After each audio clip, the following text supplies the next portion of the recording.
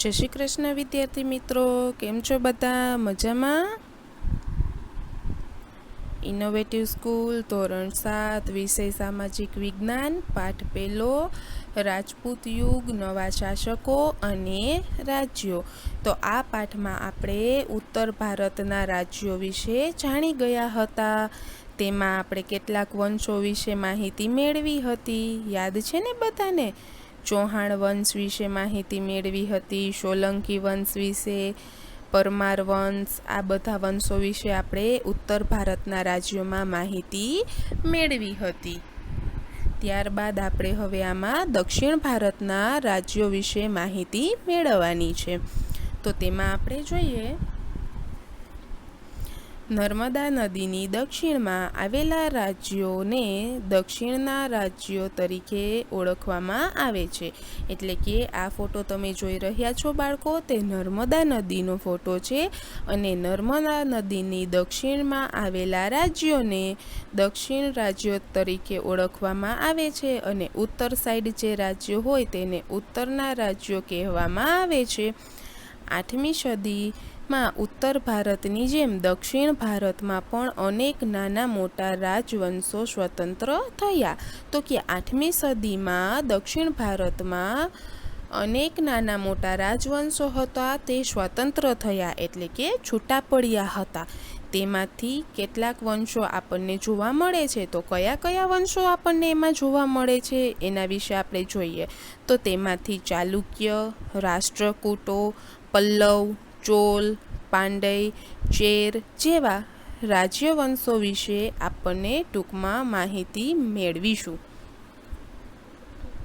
તો એમાં આપણે આગળ જોઈએ, ચાલુક્ય વંશનો પ્રથમ રાજા જયસિંહ હતો.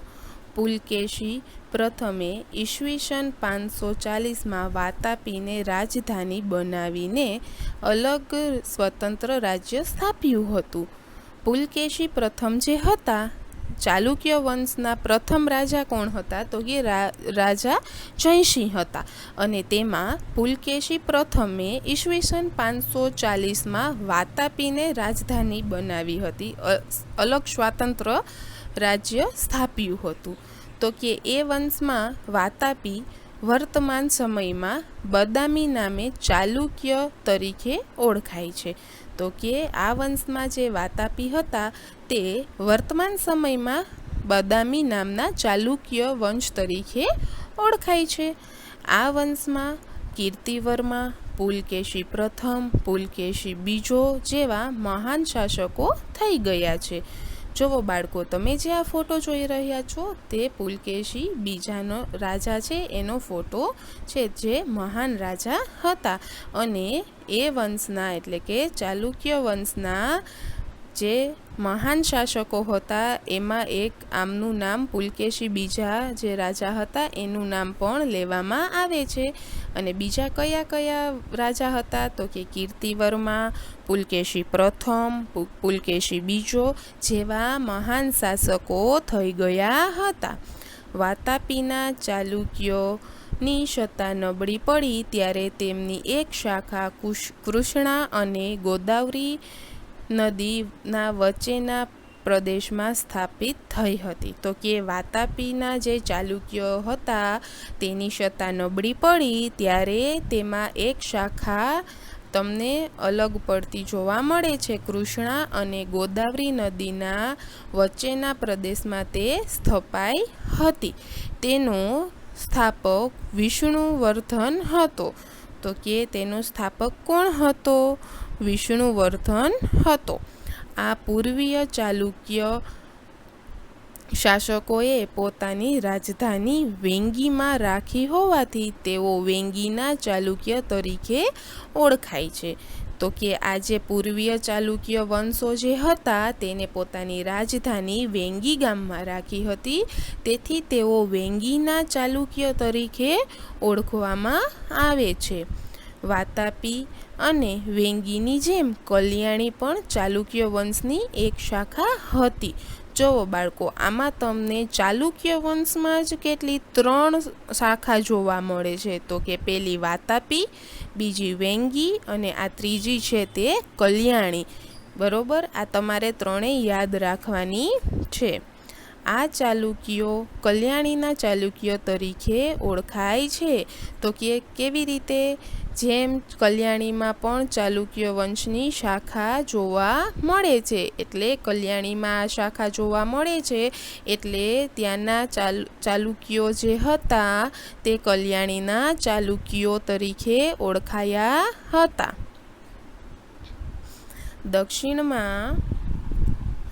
દક્ષિણમાં ચાલુક્ય વંશની પડતી થઈ ત્યારે રાષ્ટ્રકૂટ વંશની સત્તા ઉદય થઈ. એટલે દક્ષિણમાં ચાલુક્ય વંશની પડતી થઈ ત્યારે રાષ્ટ્રકૂટ વંશની સત્તા ઉદય થઈ. એટલે ત્યારે જ રાષ્ટ્રકૂટ વંશની સત્તા ઉદય પામી. આ વંશનો સૌ પ્રથમ રાજા ઇન્દ્ર પ્રથમને માનવામાં આવે છે. રાષ્ટ્રકૂટના વંશનો સૌ પ્રથમ રાજા કોને માનવામાં આવે છે? તો કે રાજા ઇન્દ્ર પ્રથમને માનવામાં આવે છે. ગોવિંદ ત્રીજો રાષ્ટ્રકૂટ વંશના શાસકોમાં સૌથી વધુ શક્તિશાળી શાસક હતો. તો કે ગોવિંદ ત્રીજો જે રાજા હતો એ રાષ્ટ્રકૂટ વંશનો સૌથી શક્તિશાળી રાજા ગણવામાં આવતો હતો, શાસક ગણવામાં આવતો હતો. તો કે રાષ્ટ્રકૂટ વંશનો પ્રથમ રાજા કોણ હતો બાળકો? તો કે તે હતો રાજા ઇન્દ્ર પ્રથમ. બરોબર, તમને પૂછાઈ શકે રાષ્ટ્રકૂટ વંશનો પ્રથમ રાજા કોણ હતો? તો કે ઇન્દ્ર પ્રથમ જે હતો એ પ્રથમ રાજા હતો. અને રાષ્ટ્રકૂટ વંશનો સૌથી શક્તિશાળી શાસક કોણ હતો? તો કે ગોવિંદ ત્રીજો જે હતો તે રાષ્ટ્રકૂટ વંશનો સૌથી શક્તિશાળી શાસક હતો. અને બાળકો, તમે જે આ ફોટો જોઈ રહ્યા છો એ જે આ ડાર્ક બ્રાઉન કલરનું છે એ રાષ્ટ્રકૂટ જે છે એરિયા એનું છે ચિત્ર છે એ જોઈ રહ્યા છો.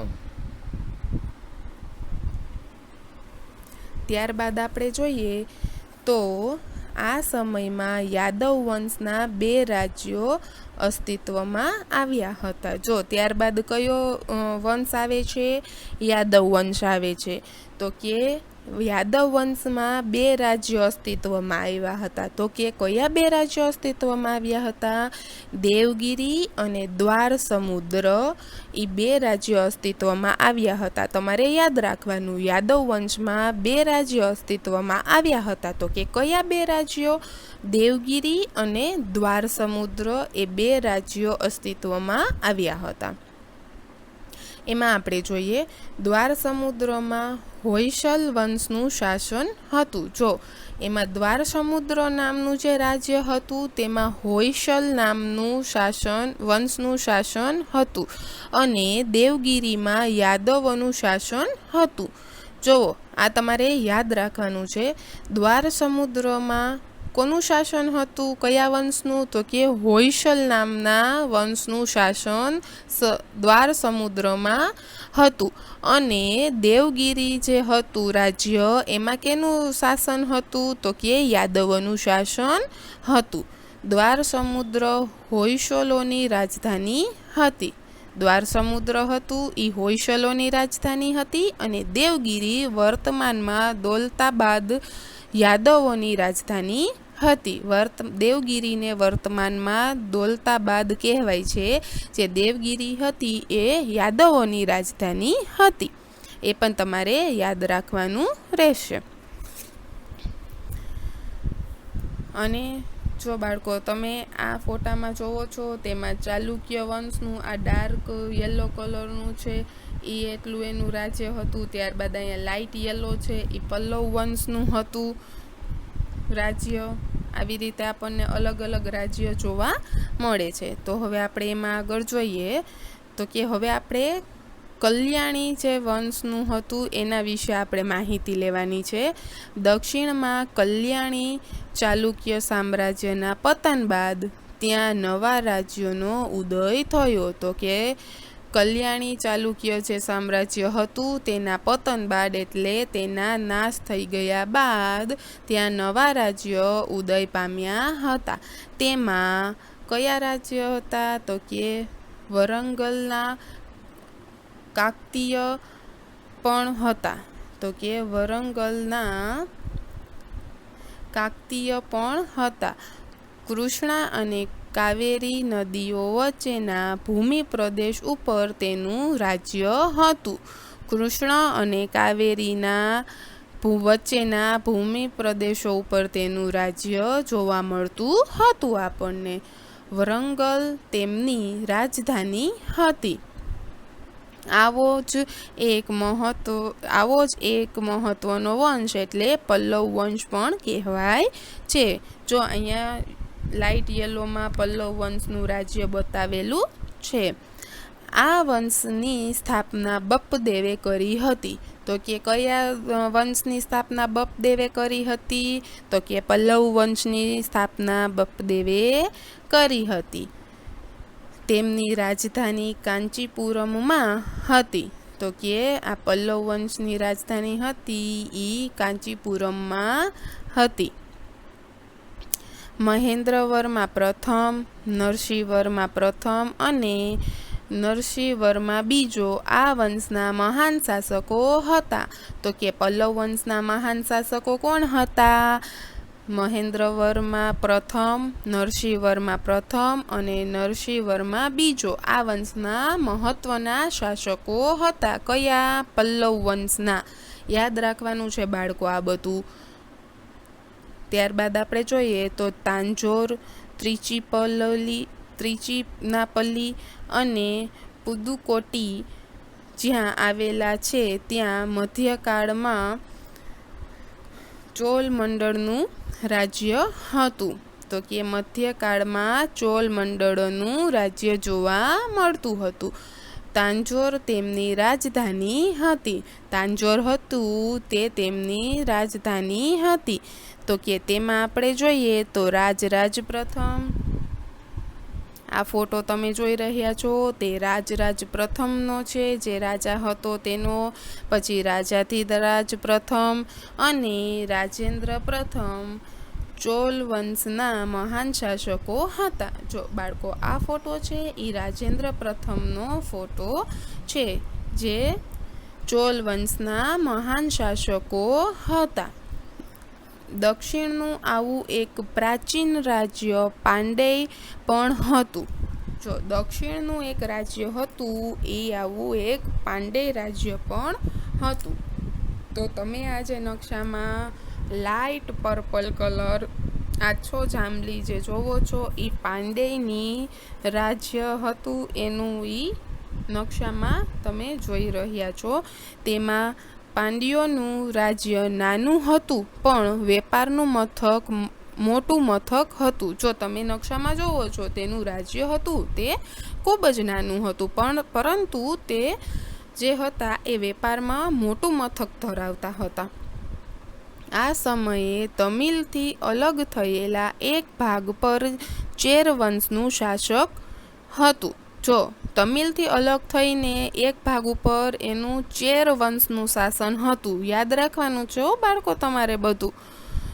ચેરનું બીજું નામ કેરળ અથવા મલયાલમ છે. તો ચેરનું બીજું નામ શું છે? કેરળ અથવા મલયાલમ છે. અને તેમાં આપણે જોઈએ તો અયન ચેર વંશનો પ્રથમ શાસક હતો. અયન નામનો જે રાજા હતો એ ચેર વંશનો પ્રથમ શાસક હતો અને સેતુગવન ચેર વંશનો સર્વશ્રેષ્ઠ શાસક હતો.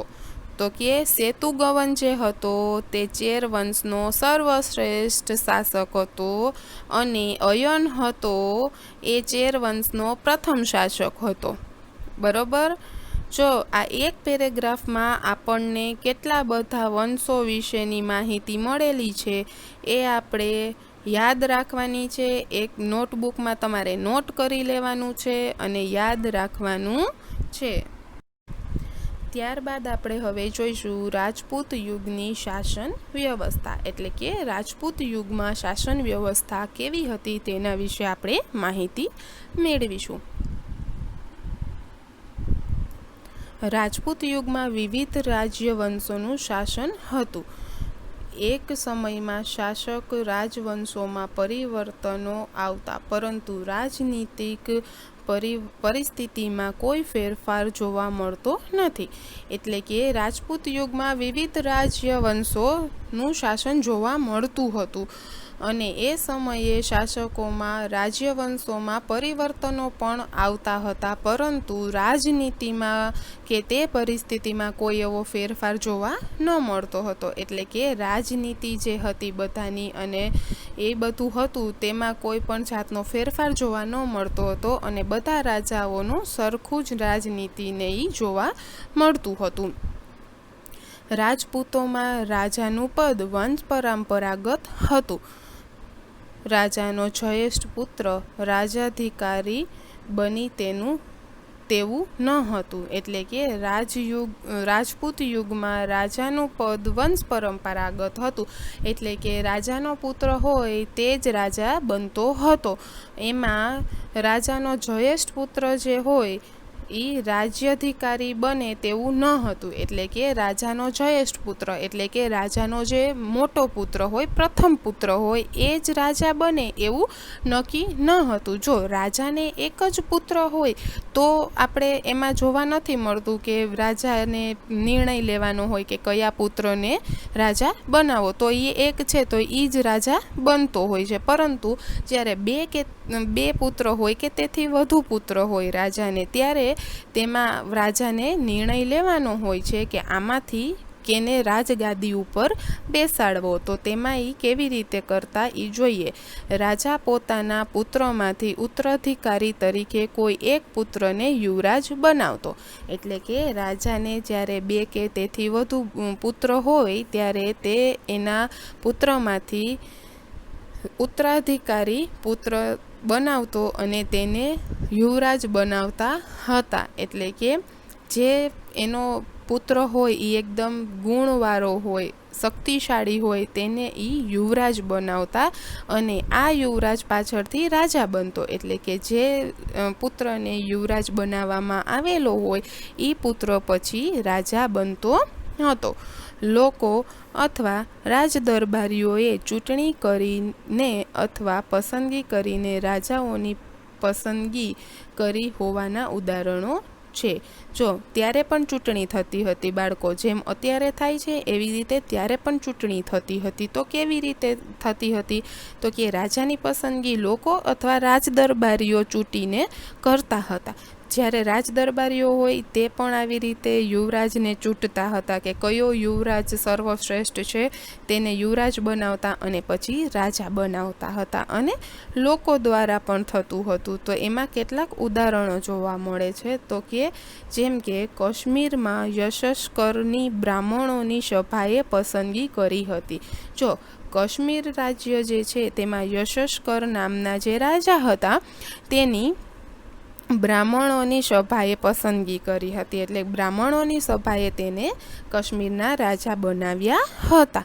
આ સમયે મંત્રીઓમાં બે પ્રકારો હતા. તો કે એ સમયે રાજપૂત શાસકના સમયમાં મંત્રીઓમાં બે પ્રકારો જોવા મળતા હતા. તો કે કયા બે પ્રકારો હતા એ આપણે જોઈએ.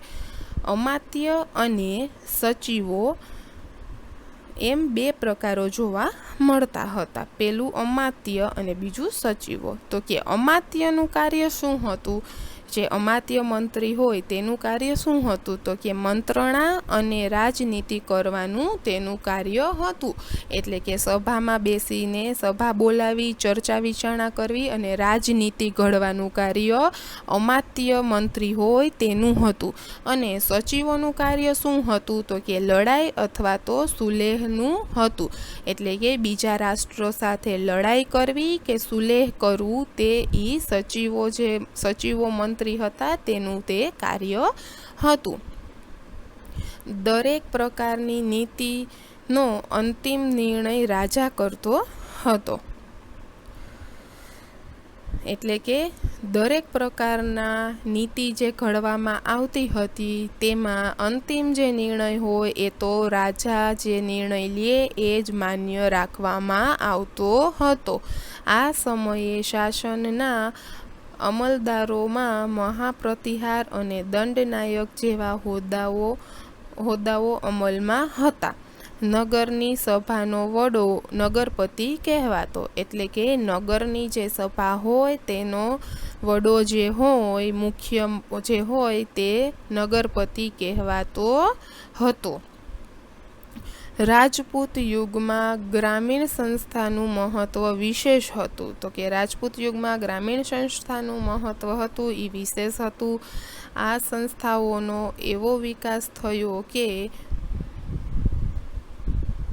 આ જો બાળકો જે ફોટો તમે જોઈ રહ્યા છો તે મંત્રીઓનો ફોટો છે. આપણે જે આગળ મંત્રીઓની જે વાત કરી હતી, અમાત્ય મંત્રી અને સચિવ મંત્રી, બરોબર, આવી રીતે મંત્રીઓ રાજ દરબારમાં હોય છે અને આવી રાજ્યની જે કાંઈ નિર્ણય લેવાના હોય તે લે છે અને ત્યારબાદ તેના અંતિમ નિર્ણય તો રાજા જ લેતા હોય છે.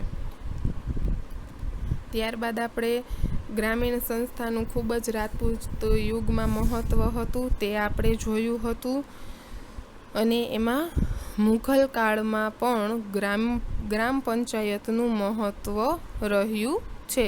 તો કે ગ્રામ પંચાયતનું મહત્વ મુઘલ કાળમાં પણ રહેલું છે. આ તમે જે ફોટો જોઈ રહ્યા છો એ ગ્રામ પંચાયતનો છે. અમરાપર ગામ છે એનો ગ્રામ પંચાયતનો ફોટો છે. અને આમાં મુઘલ કાળમાં પણ ગ્રામ પંચાયતનું મહત્વ રહેલું જોવા મળે છે. ઉત્તરની જેમ દક્ષિણ ભારત પણ ગ્રામ પંચાયતને આધીન હતું. તેનો વડો મુખી કે સરપંચ ગણાતો હતો. એટલે કે ગ્રામ પંચાયતનો જે વડો હોય તેને મુખી અથવા તો સરપંચ તરીકે ઓળખવામાં આવતા હતા. કેટલીક બાબતોમાં ગ્રામસભા ન્યાય આપતી હતી. એટલે કે ઘણી એવી બાબતો હોય જેમાં ગ્રામ સભા જે હોય, ગામમાં સભા બોલાવવામાં આવી હોય અને એમાં મુખી અને સરપંચ જે હોય એ નિર્ણય લેતા હોય છે, બરાબર. પરંતુ રાજ્ય શાસનમાં ન્યાયતંત્રમાં સર્વોચ્ચ વડો તો રાજા જ હતો. પહેલાં પણ નિર્ણય રાજા જ લેતો હતો, અંતિમ નિર્ણય. એમ આમાં પણ રાજ્ય શાસનમાં ન્યાયતંત્રનો સર્વોચ્ચ વડો જે હતો એ તો રાજા જ હતો.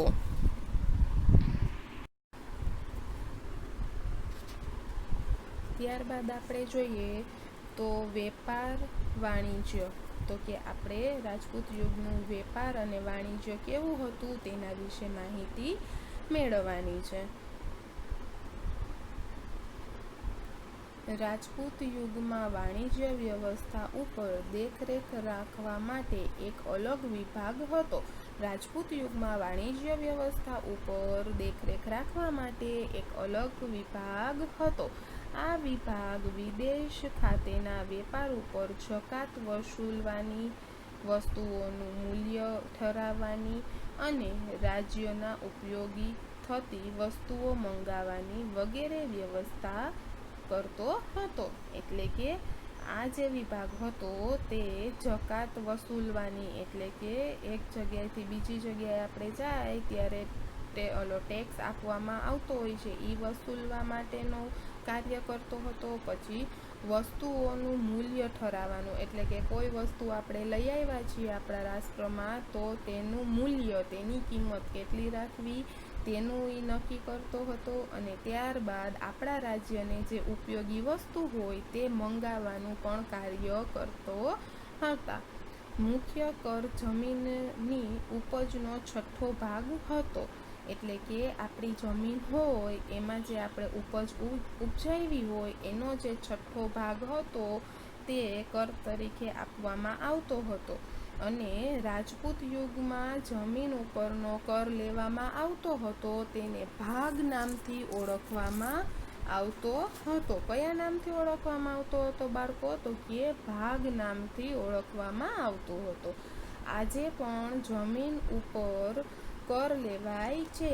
આજે પણ આપણે જોઈએ છીએ કે આપણે આપણા મકાનનો વેરો ભરતા હોઈએ છીએ, એ આપણે કર આપતા હોઈએ છીએ. તો કે હવે આપણે જોઈએ તો કે બંદર અને નાકા ઉપર પણ તથા સિંચાઈ પર કર ઉઘરાવવામાં આવતો, એટલે કે બંદરો ઉપર અને નાકા ઉપર, એટલે કે ટોલ નાકા આપણે જોઈએ છીએ હાલમાં, પણ એના ઉપર પણ આવા કરો સિંચાઈ ઉપર, એટલે કે આપણે સિંચાઈનું પાણી કોઈ બીજા રાષ્ટ્રને કે પહોંચાડતા હોય તેના પર પણ કર ઉઘરાવવામાં આવતો હતો. ત્યારબાદ આ સમયે દરિયાપારના વેપાર માટે ગુજરાતના સ્તંભતીર્થ અને ભૃગુ કચ્છ બંદરો જાણીતા હતા. તો કે ગુજરાતના કયા બંદરો જાણીતા હતા બાળકો? તો કે સ્તંભતીર્થ, એટલે કે હાલમાં અત્યારે ખંભાત, અને તમે જે આ ફોટો જોઈ રહ્યા છો એ પણ ખંભાતનો ફોટો છે. જો તમે આ ફોટો જોવો છો બરોબર, એ પેલા સ્તંભતીર્થ તરીકે ઓળખાતું હતું અને અત્યારે હાલમાં ખંભાતના બંદર તરીકે ઓળખાય છે. અને ત્યારબાદ આ જે ફોટો જોવો છો એ કચ્છના બંદરનો ભરૂચના બંદરનો છે અને તેને ભૃગ કચ્છ તરીકે ઓળખવામાં આવતો હતો પહેલાં. હવે ત્યારબાદ આપણે ભારત પર વિદેશી આક્રમણો વિશે માહિતી મેળવીશું કે ભારતમાં વિદેશી આક્રમણો કયા કયા થયા હતા અને કોને કોને કર્યા હતા. તો તેમાં આપણે જોઈએ 8મી થી 12મી સદી દરમિયાન ભારતમાં મુસ્લિમ આક્રમણો થયા, એટલે કે 8મી થી 12મી સદી દરમિયાન ભારત ઉપર મુસ્લિમ આક્રમણો થયા. તમે ફોટામાં જોઈ રહ્યા છો કે યુદ્ધનો ફોટો છે, આક્રમણ કરે છે એનો ફોટો છે. 8મી સદીમાં આરબ રાજસત્તાનો વિસ્તાર કરવાના હેતુથી મુહમ્મદ ઇબન કાસિમે ભારતના ઉત્તર પશ્ચિમ ભાગ ઉપર આક્રમણ કર્યો. તો કે ભારતના ઉત્તર પશ્ચિમ ભાગમાં કાસિમે આક્રમણ કર્યું હતું અને વાયુવ્ય ખૂણામાંથી સબુકેતગીનના લશ્કરે પણ આક્રમણ કર્યું હતું. પણ આ આક્રમણો તે સમયે ભારતમાં રાજ્ય સત્તા સ્થાપી શક્યા નહીં, એટલે કે આ કાસિમે આક્રમણ કર્યું હતું તે અને સબુકેતગીનના આક્રમણથી ભારતમાં તેઓ રાજ્ય સત્તા સ્થાપી શક્યા ન હતા. એ પછી ગઝનીના સુલતાન મહમ્મદ ગઝનીએ ઈસવીસન 1000 થી ઈસવીસન 1026ના સમયગાળામાં ભારતની અઢળક ધન સંપત્તિ જોઈ કેટલીક ચડાઈ કરી હતી, એટલે કે આના કાસિમના ને એના આક્રમણથી ભારતમાં રાજ્ય સત્તા સ્થાપી નહોતા શક્યા, એટલે કે ગઝનીનું જે રાજ્ય હતું તેના સુલતાન એટલે કે રાજા મહમ્મદ ગઝની જે હતા તેને આપણા ઈસવીસન 1000 થી ઈસવીસન 1026ના સમયગાળામાં ભારતની અઢળક સંપત્તિ જોઈને કેટલીક ચડાઈઓ કરી હતી, એટલે કે 26 વર્ષ જેટલા વર્ષો દરમિયાન ચડાઈ કરી હતી. મહમ્મદ ગઝનીની ચડાઈનું મુખ્ય કારણ ભારતની અઢળક સંપત્તિ હતી, એટલે કે મહમ્મદ ગઝની જે હતો તેને આપણી ભારતની અઢળક સંપત્તિ હતી. આપણો ભારત દેશ હતો તે ખૂબ જ સમૃદ્ધ હતો સંપત્તિમાં ને એમાં, એટલે એ આપણી સંપત્તિ જોઈને એના કારણે આપણી સંપત્તિ લૂંટવાના ઈરાદાથી આપણી ઉપર વારંવાર ચડાઈ કરતો હતો. તે એક ચડાઈ પછી બીજી ચડાઈ કરતો હતો અને દરેક વખતે વધુ તાકતવર થઈ ભારત ઉપર ચડાઈ કરતો હતો. તે વારંવાર આપણી ઉપર ચડાઈ કરતો હતો અને એક પછી બીજી ચડાઈ કરે ત્યારે વારંવાર વધુ ને વધુ તાકતવર થઈને આપણા દેશ ઉપર એટલે કે ભારત ઉપર ચડાઈ કરતો હતો. આ સમયે ભારતના શાસકો એક થઈને શક્તિશાળી સેના ના બનાવી શક્યા, એટલે કે આપણા ભારતના રાજાઓ હતા એ એક થઈને શક્તિશાળી સેના બનાવી શક્યા નહીં. પરિણામે ઈસવીસન 1025 આ જે ફોટો છે બાળકો તે મોહમ્મદ ગઝનીનો છે. આપણે જોઈ રહ્યા છીએ જે સુલતાન હતા ગઝની રાજ્યના, તે મોહમ્મદ ગઝનીનો આપણે ફોટો છે જોઈ રહ્યા છીએ કે જે ભારત ઉપર વારંવાર ચડાઈ કરતા હતા. અને ત્યારબાદ આપણે જોઈએ તો પરિણામે ઈસવીસન 1025માં તેણે સોમનાથ પર ચડાઈ કરીને અઢળક સંપત્તિ લૂંટી. એટલે કે 1025 જે સમયગાળો હતો ત્યારે આ મોહમ્મદ ગઝની જે છે તેને આપણા સોમનાથ મંદિર ઉપર ચડાઈ કરી હતી. અને તમે જે આ ફોટામાં જોઈ રહ્યા છો તે આપણા સોમનાથ મહાદેવ જે છે એનું મંદિર છે સોમનાથનું. મોહમ્મદ ગઝનીએ તેના ઉપર ચડાઈ કરી હતી અને આપણું અઢળક સંપત્તિ સોનું જે કાંઈ હતું એ લૂંટી ગયો હતો અને આપણને ઘણું નુકસાન થયું હતું. મોહમ્મદ ગઝનીની ચડાઈ બાદ આશરે 150 વર્ષ બાદ પુનઃ ભારત ઉપર તે દિશામાંથી આક્રમણ થયું. એટલે કે આ તમે ભારતનો નકશો જોઈ રહ્યા છો, બરોબર. મોહમ્મદ ગઝની જે હતો તેને આજે ચડાઈ કરી હતી સોમનાથ ઉપર, ત્યારબાદ તેને 150 વર્ષ સુધી કોઈ ચડાઈ કરી ન હતી. અને પછી 150 વર્ષ બાદ તેને પાછું આ ભારતનો નકશો જોઈ રહ્યા છો તમે, તેમાં તે જેને પુનઃ જે ચડાઈ કરી હતી તે જ દિશામાંથી કરી હતી કે જે પહેલાં તેને જે દિશામાંથી કરી હતી ત્યાંથી જ તેને આક્રમણ કર્યું હતું. અગાઉના આક્રમણોની વાત ભારતીય શાસકો ભૂલી ગયા. એટલે કે અગાઉ આપણી ઉપર જે ચડાઈ કરી હતી એ આપણા ભારતના રાજાઓ હતા એ ભૂલી ગયા હતા. મોહમ્મદ ગઝનીના અવસાન બાદ સત્તા માટે ગઝનીમાં લડાઈ ચાલુ હતી, પણ આ સમયે સત્તા સ્થિર થઈ ન હતી. ત્યારે આપણા શાસકો આ નબળાઈનો લાભ લઈ શક્યા નહીં. એટલે કે મોહમ્મદ ગઝની હતો તેનું અવસાન થયું, ત્યારબાદ ગઝની ઉપર સત્તા મેળવવા માટે ત્યાંના અંદર જે સત્તાના જે સ્થાપકો હોય એ લડાઈ લડવા માંડ્યા હતા અને તે સત્તા સ્થિર કરી શક્યા ન હતા. અને એ જે નબળાઈ હતી એ લોકોની, એનો આપણા ભારતના શાસકોએ લાભ લીધો નહીં. પરિણામે 12મી સદીના અંતમાં શિહાબુદ્દીન ઘોરીએ આક્રમણ કર્યું. ક્યારે કર્યું હતું શિહાબુદ્દીને આક્રમણ? તો કે 12મી સદીના અંતમાં. શરૂઆતમાં તેણે કેટલીક હાર સહન કરવી પડી. એટલે કે શરૂઆતમાં તેને કેટલી હાર સહન કરવી પડી હતી. છેવટે તરઈના મેદાનમાં તેણે બીજી ચડાઈમાં પૃથ્વીરાજ ચૌહાણને હાર આપી દિલ્હીમાં સત્તા સ્થાપી. એટલે કે પહેલાં કેટલી વાર તે પૃથ્વીરાજ ચૌહાણના હાથે હાર્યા હતા અને ત્યારબાદ તરાઈના મેદાનમાં તેને પૃથ્વીરાજ ચૌહાણને હાર આપી હતી અને દિલ્હીમાં સત્તા સ્થાપી હતી. તો કે કોને? શિહાબુદ્દીન ઘોરીએ. બરોબર બાળકો, આ આપણો પાઠ આજે અહીંયા પૂરો થાય છે.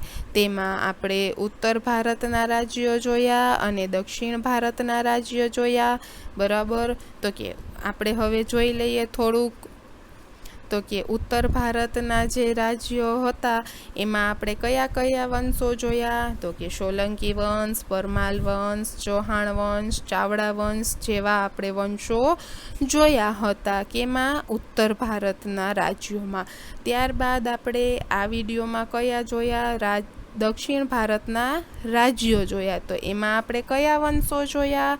ચાલુક્ય વંશ, રાષ્ટ્રકૂટ વંશ, ચોલ વંશ, પલ્લવ વંશ, આવા આપણે વંશોની માહિતી આપણે દક્ષિણ ભારતના રાજ્યોમાં મેળવી હતી. અને દક્ષિણ ભારતના રાજ્યોમાં આપણે ત્યાંના શાસન વ્યવસ્થા કેવી હતી, વેપાર વ્યવસ્થા કેવી હતી, ભારત પર વિદેશી આક્રમણો થયા હતા, એની પણ આપણે માહિતી મેળવી છે. તો આપણો આજે આ પાઠ પૂરો થાય છે. થેન્ક યુ વિદ્યાર્થી મિત્રો.